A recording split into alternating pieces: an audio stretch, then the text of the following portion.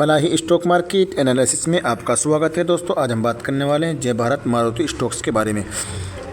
एक हमारे दोस्त हैं, उनका कमेंट आ रहा था कि सर इसके बारे में बताएं, क्योंकि कमेंट तो बहुत सारे आ रहे हैं लेकिन मैं उनकी वीडियो कवर नहीं कर पा रहा हूं, उसके लिए मैं माफ़ी चाहूँगा।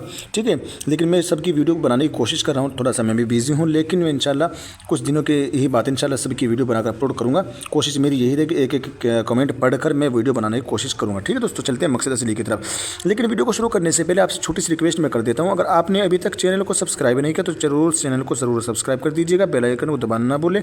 और आपको भी इसी तरीके से किसी भी स्टॉक्स की जानकारी चाहिए, उस कंपनी का नाम आप मेरे कमेंट बॉक्स में लिख दीजिएगा। इंशाल्लाह मैं बहुत जल्द आपकी वीडियो बनाकर अपलोड करने की कोशिश करूंगा। चलते हैं मकसद असली की तरफ। दोस्तों, जिस तरीके से मैं आपको एक मुकम्मल चार्ट दिखाने की कोशिश करूं, आप इसमें एक चीज़ देख लीजिए दोस्तों, किस तरीके से हाई लो आपको देखने को मिला है। नहीं देखो, इसने हाई बनाया। एक चीज़ आपको इसमें नोट करनी पड़ेगी, आपको मैं दिखा दूं, आपको ये चीज़ नोट करनी पड़ेगी। देखिए, इसने यहाँ पर कंसोलिडेट के साथ में तेज़ी दिखाई, ठीक है, तेज़ी दिखाई यहाँ पर कंसोलिडेट के साथ में। उसके बाद में इसका हाई यहाँ पर रहा, इसके बाद फिर इसने डाउन साइड दिखाई यहाँ तक, ठीक है, ये लो लगाया, ठीक है, फिर इसने कंसोलिडेट किया, यहाँ का तेज़ी बनाई, फिर लो बनाया।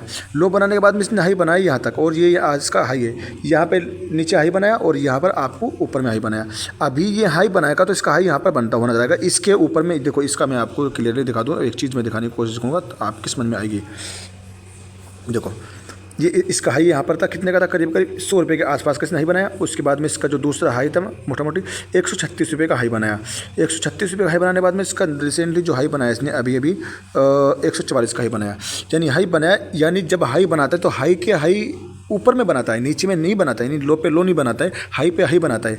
ठीक है, जैसे कि आपको देखने को मिला 2021 और 22 के बीच में यहाँ हाई 100 रुपये का हाई बनाया, और 2023 के बीच में इसने जो 2023 में जो हाई बनाया करीब करीब यहाँ 138-36 का हाई बनाया।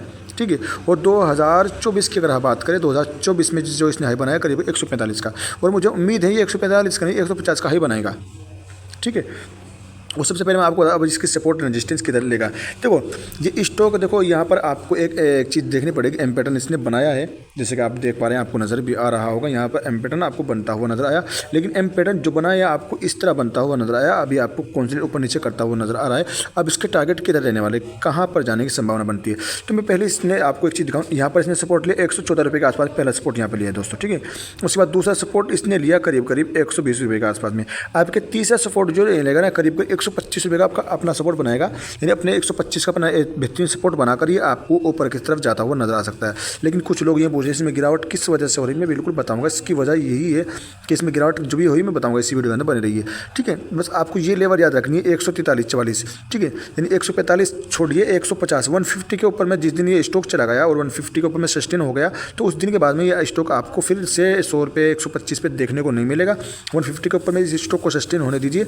और अगर आपके पास में तो लॉन्ग टर्म का नज़रिया रखिए भाई। शॉर्ट टर्म में तो देखो स्टॉक में कोई ज़्यादा खास कमाई नहीं है। अगर आप लॉन्ग टर्म का नज़रिया रखते हैं तो भी आपको 125 रुपये का देखने को मिल रहा है, तो हो सकता है आपको डबल टिबल देखने को मिल जाएगा नहीं से 1 से 2 साल के अंदर। ठीक है, ये आपको 200 प्लस का स्टॉक होने वाला है फिलहाल 2024 के बाद में। ठीक है, और मैंने एक इसकी अच्छी चीज़ बताऊंगा आपको, इसमें जो गिरावट हो रही है उसका रीज़न बताऊंगा। सबसे अच्छी चीज़ आप ये लगा लें, 149 रुपये का इसका ऑल टाइम हाई है, 144 का 52 वीक हाई देखने को मिल रहा है, और मुझे उम्मीद है 149 यानी 150 रुपये के ऊपर में जाने दीजिए, फिर रैली पे रैली देखने को मिल जाएगी। अब अच्छी चीज़ मैं आपको बता दूँ और बुरी चीज़ भी इसकी मैं बता देता हूँ। देखो, ईयर ऑन ईयर के हिसाब से EPS में आपको माइनस में देखने को मिला, गिरावट देखने को मिली, ये भी डाउन साइड के संकेत हैं। हाई PE आपको देखने को मिला, तो थोड़े से ये भी आपको 120 रुपये के लेवल तक आपको आता हुआ नजर आ सकता है। लो PB यानी अच्छी चीज़ें आपको लो पे मिल रहा है।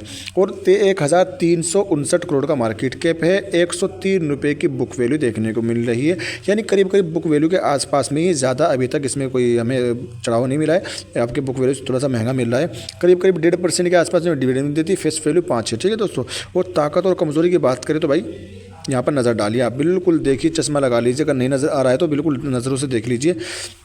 ताकतें इसके पास में मजबूतियाँ जो है 6 देखने को मिल जाएगी, और कमज़ोरियाँ इस स्टॉक के पास में एक भी कमज़ोरियाँ नहीं है, सिर्फ 0 वीकनेस है।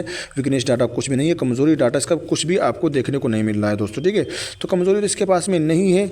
और अच्छी चीज़ आपको बताऊँ, golden chance energy extra boost इसके पास में एक रखा हुआ है, और 56% स्टॉक पास भी नज़र आ रहा है। ठीक है, हम टेक्निकल रजिस्टेंस सपोर्ट की बात भी करें, आप यहाँ पर भी देख लीजिए कितना रिटर्न निकाल के दिया है, और कितनी डिलीवरी में माल उठाया जा रहा है। आप नज़र से देख लीजिए कितना माल उठाया जा रहा है और कितना डिलीवरी में माल उठाया जा रहा है, बिल्कुल देख लीजिए। ठीक है, और इसमें देख लीजिए profit revenue, net profit, EPS में देख लीजिए किस तरीके से आपको जंपिंग देखने को मिल रही है दोस्तों। ठीक है, हर जगह आपको जंप देखने को मिल जाएगा, आपको किसी में भी डाउन साइड देखने को नहीं मिलेगी, हल्की फुल्की। ठीक है, यहाँ पर ये टेक्निकल रजिस्टेंस एंड की बात करते हैं, रजिस्टेंस एंड सपोर्ट की बात कर लेते हैं, इसका किधर निकल के आ रहा है। सबसे पहले मैं आपको बताने की कोशिश करूंगा, इसका पहले रजिस्टेंस 127 यानी 128 रुपये का पहला रजिस्टेंस है, और दूसरा 130.17 का है, तीसरा रजिस्टेंस 131.38 का है, 68 का है। यानी मोटा मोटी 131 या 32 रुपये के ऊपर मैं स्टॉक क्लोजिंग देता है, सस्टेन हो जाता है, तो उसके बाद में आप इसके 150 रुपये के टारगेट लेके चल सकते हो। याद रखना 150 रुपये के 145 से 50 के टारगेट लेके चल सकते हो। 150 रुपये के ऊपर में अगर सस्टेन हो गया तो फिर आपको ये बल्ले बल्ले रेली पे रेली देखने को मिल जाएगी। वहीं हम सपोर्ट की बात करें, 124 का पहला सपोर्ट है, दूसरा सपोर्ट जो है 122 का है, तीसरा सपोर्ट जो 120 का है। अपनी संभावना यही है, इसको 124 से सपोर्ट लेकर ऊपर की तरफ जाना चाहिए, और अगर यहाँ पर ये सपोर्ट तोड़ता है तो मोटा मोटी समझा दो 120 रुपये के लेवल तक आपको आता हुआ नजर आ सकता है। ठीक है, और हम इसमें डील वील की बात करें, इसमें डील वील हो रही कि नहीं हो रही देखने की कोशिश करते हैं, तो शायद 24 जनवरी 2023 में ही इसमें डील हुई थी, करीब करीब तो कोई डाटा नहीं है, लेकिन हम शेयर होल्डिंग पैटर्न पर नजर डालेंगे, हम बताएंगे इसमें गिरावट होने की वजह। गिरावट जो हो रही है दोस्तों, इसमें एक वजह से हो रही है, इसमें एफआईज की जो होल्डिंग है उसमें हमें घटती हुई नजर आई है।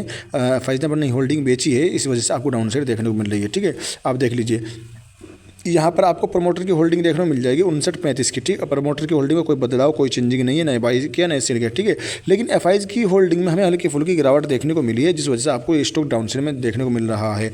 ठीक है, और 371 की इनकी होल्डिंग थी सितंबर में, लेकिन दिसंबर 2023 में 363 की रह गई। हल्की फुल्की इन्होंने अपनी होल्डिंग को सेल किया, जिस वजह से स्टॉक में आपको गिरावट देखने को मिल रही है। डीआईएस की होल्डिंग 0.03% की, कोई बदलाव नहीं किया। पब्लिक की बात करें तो पब्लिक की होल्डिंग हमें हल्की फुल्की बढ़ती हुई नजर आई है, जो भी संकेत देखो, अगर किसी स्टॉक में पब्लिक की होल्डिंग बढ़ती है तो जाहिर सी बात है उसमें किसी ने माल बेचा है, पब्लिक ने खरीदा है। और अगर पब्लिक की होल्डिंग घटती हुई नजर आए तो फिर याद रखना, ये समझ जाना किसी बड़े इन्वेस्टर ने, प्रमोटर ने, किसी बड़ी कंपनी ने माल को खरीदा है, पब्लिक से छीना गया माल है, तो अब उस स्टॉक के 99% अपसाइड की तरफ भागने के चांस ज़्यादा रहते हैं। और जिस स्टॉक में पब्लिक की होल्डिंग हमें घटती हुई नजर आए तो समझ जाना उस स्टॉक में डाउन साइड देखने को मिल सकती है दोस्तों। ठीक है, ये हल्की फुल्की होल्डिंग है, इससे कोई ज़्यादा फर्क नहीं पड़ना चाहिए। ठीक है, और यहाँ से स्टॉक आपको ऊपर की तरफ भागता हुआ नजर आ सकता है। उम्मीद है वीडियो अच्छी लगी, लाइक करिएगा, चैनल को जरूर सब्सक्राइब कर दीजिएगा। Thanks for watching video.